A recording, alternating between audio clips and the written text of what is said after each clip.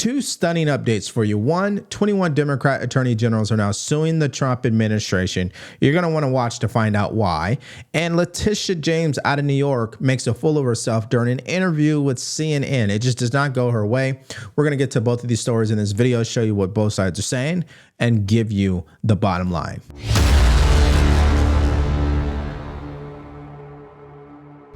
More than 20 Democratic attorneys general, they're suing to block a Trump administration policy that bars illegal migrants from accessing federally funded programs. But President Trump, I'm sure, maintains this is money that could be going to Americans, not to illegal immigrants. What's the administration's response to all of this?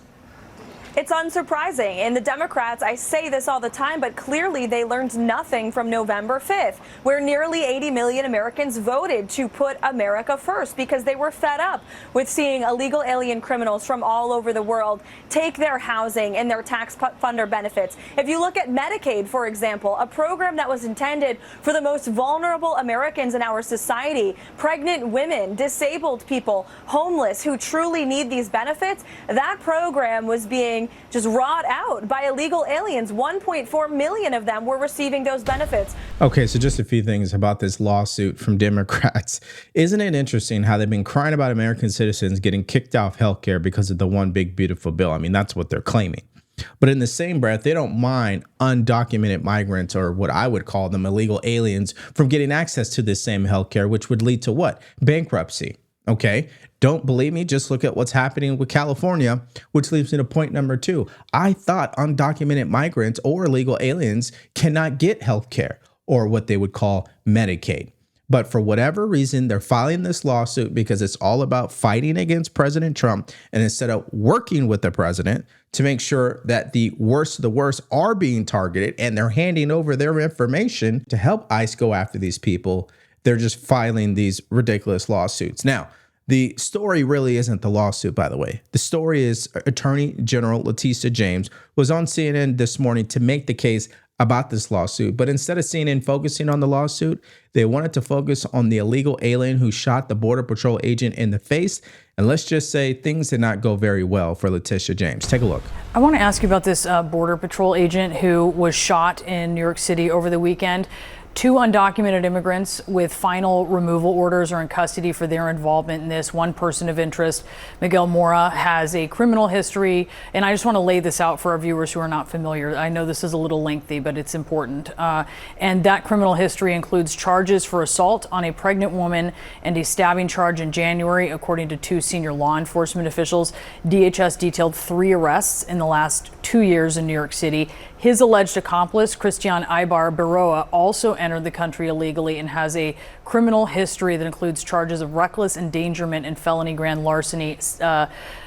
He pleaded guilty to petite larceny at the Bronx County Supreme Court in June of this year and was conditionally discharged, according to DHS. Is this the kind of incident where there may be a case where law enforcement, local law enforcement, should be coordinating with immigration authorities? Both of them had these removal orders, these final removal orders. So let me just say, I'm so glad that the officer is doing well, and we pray for a speedy recovery. 2, let me also say that it is now time for Congress to enact comprehensive immigration reform. 3, individuals, obviously, who have criminal convictions, obviously, it is the policy of the great state of New York to cooperate with ICE agents. Okay, so she thinks people are stupid, right? Number one, we know she really doesn't care about ICE agents. All right, that's the first thing. Secondly, she claims it's a great time for immigration reform. It's always a great time for reform, but you guys will never do it. All right. And that has nothing to do with an illegal alien who's been arrested multiple times and released back into the community who ended up shooting a Border Patrol agent in the face. That has nothing to do with that, by the way. But okay. And number 3, they're not coordinating with ICE, because if they were, he would have been gone already.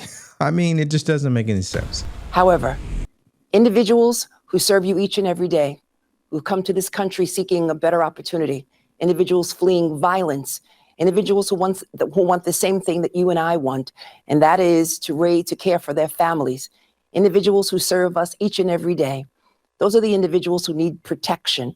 And that's why the state of New York and other Democratic attorneys general are standing up for those families and for those individuals who unfortunately are being kidnapped in the middle of the night by masked agents with no insignia, no identification, and taken away from their families.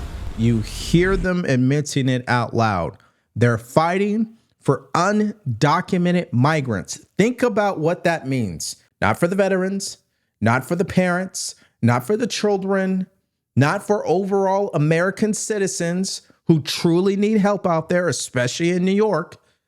No, they're fighting for the migrants because that's who Democrats are in love with. And I guess they believe going down this road with this strategy is going to get them the results they want. I just don't see that happen, especially as we've seen the polls and how overall Americans feel about undocumented migrants. But it gets worse for her because she still can't explain how could an illegal alien who committed multiple crimes, had a deportation order, 2 of them, and was still released back into the country. What is the answer for that, especially in the state of New York?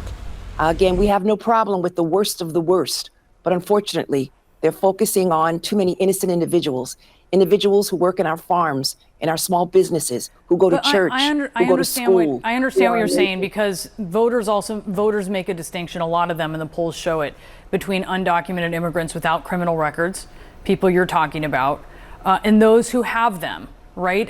Especially in these extreme cases, like we look at in this case in New York City.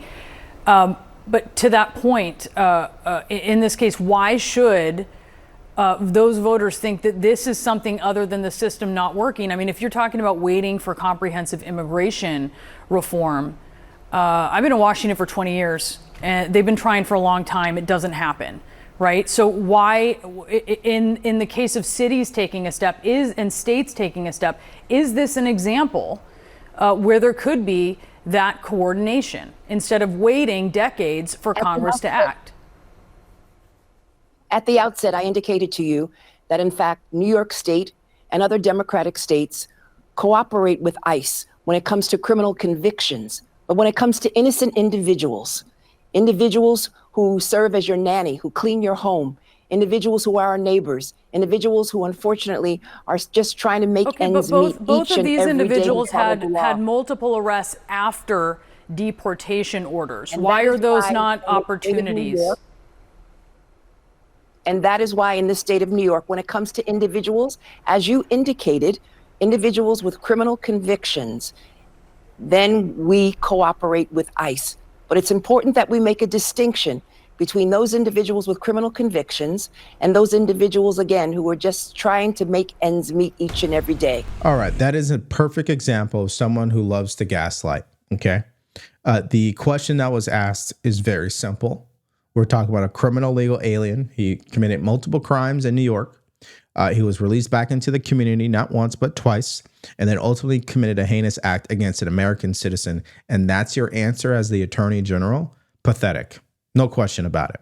And that's the unfortunate part about our country is people are so tribal. They're so caught up in this whole political theater that they lose sight of logic and common sense, and that it's okay to say, hey, you know what? We should be coordinating better with ICE to prevent this scumbag and people like him from doing this again. We love our American citizens. We love our country, and we want our people to be safe. But that doesn't come out of her mouth because she's in love with migrants, basically, because that's the whole political game that Democrats are playing right now. Now, in response to this ridiculous interview and this lawsuit, let's take a look at what DHS spokesperson had to say, and then Tom Homan. Take a look. Homan, the border czar, said today that more agents could be headed to New York City. Yeah. Is that likely? What does that look like? I mean, if these sanctuary city politicians won't let us in their jails, that is the safest way to make an arrest. If these individuals would have been in the jails, these 2 with rap sheets a mile long, whether it be assault, armed robbery, or even kidnapping warrant out in Massachusetts, if those sanctuary city politicians would have let us in the jails, we wouldn't need to be flooding the zone with our Border Patrol agents. But we could just arrest them in those jails, and it would be a lot safer for all New Yorkers. But that's not happening, so I wonder what the footprint looks like going forward. Then we will be out on the streets making those arrests of the worst, like these individuals. All right, let me just add on to something that she said. They're going to double down on the number of ICE agents that they're going to place in New York. And they should, because Democrats have made a fatal mistake. Instead of working with the Trump administration and prioritizing handing over criminal illegal aliens who have been inside their local jails, what's going to happen now is these ICE agents are going to start detaining, and they have already, undocumented migrants, people who may have never committed a crime. And a lot of people out there don't like it. For example, Joe Rogan doesn't like it. But my pushback to Joe Rogan is, what do you want ICE to do? If these sanctuary cities do not allow them to pick up the worst of the worst because they release them back into the streets, they give them no intelligence, they provide no collaboration, what, you just want ICE to sit on their hands? Now, I know in a perfect world, everybody would agree with me, but mainstream media doesn't care about that. What they care about are these polls that allegedly show the American people are no longer supporting President Trump as it pertains to his handling of these deportations and overall immigration strategy. But here's what Tom Homan had to say in response. First of all, I don't believe the polls. Second of all, if there's any movement in the polls at all, it's because of the false stories out there about ICE. Look, I read in the paper every day that a majority of people in ICE custody are not criminals. Wrong. The majority are criminals. But now the argument is, are they criminal enough? Is a DUI dangerous enough? Well, 10,000 people a year die from DUIs. I think DUI is a crime. So, then you got this whole, back and forth on how serious a crime is it. But I looked at the numbers yesterday. A majority are criminals, have criminal history. Who are the rest of the people in our custody? They're national security threats. They may not have a criminal conviction, but they're national security threats based on intelligence reports. For instance, ICE arrests over 200 Iranian nationals that are currently in custody. Yeah, they're not documented criminals, but they're national security threats. They need to be detained. There's also what we call expedited removal cases. There are certain immigration arrests that we make within the confines of the border within 2 years that we process through expedited removal, which by statute, by federal law, we're required to detain. So that the media just isn't telling the truth about who are in detention. Bottom line is this. The important detail is that you don't have to be convicted in order to get deported. Think about how long the conviction will take. So if somebody rapes a neighbor, how long until they are convicted? 6 months maybe? And I think that's fast, depending on the city, of course. So this person just gets to stay in the country for another 6 months. They're released back into the community thanks to cash's bail. So then what? Is that really what American people want? So they want the person to be released back into the community and hopefully they get a conviction in time before they commit another crime again. I mean, the math just does not add up on this. And that's why the media refuses to report on this properly. On the second part of that, I see all the stories that the majority of people ICE arrests are not criminals. That's a fake story. We are prioritizing criminals and public safety threats, but who are the other people you see us arresting? Fugitives, those who had due process at great taxpayer expense. A federal judge ordered them removed. Rather than leaving, they became a fugitive and they're in the wind. The law requires us to execute those removal orders. That's a job for ICE. If a federal judge orders them removed, we are supposed to remove them. So we're removing final orders. Yeah, so imagine that using Democrats' logic. ICE agents are waiting until 2 a.m. in the morning. They're masked up. They slip into someone's home and disappear them in the middle of the night. But this someone has a legal order to be deported out of this country. That someone is in the country unlawfully. That someone may have committed a crime but has not been convicted yet, did get arrested by local PD, was released back into the community. Okay, that someone could be a father, a brother, a sister, a daughter, an aunt, an uncle, a father, a mother, just like all the other American citizen criminals that go to prison every single day. So that's what Democrats are upset about. And so the bottom line here is no matter how you feel about this entire situation, the change is only going to come from people in Congress. Now, they did host a hearing today about this very subject.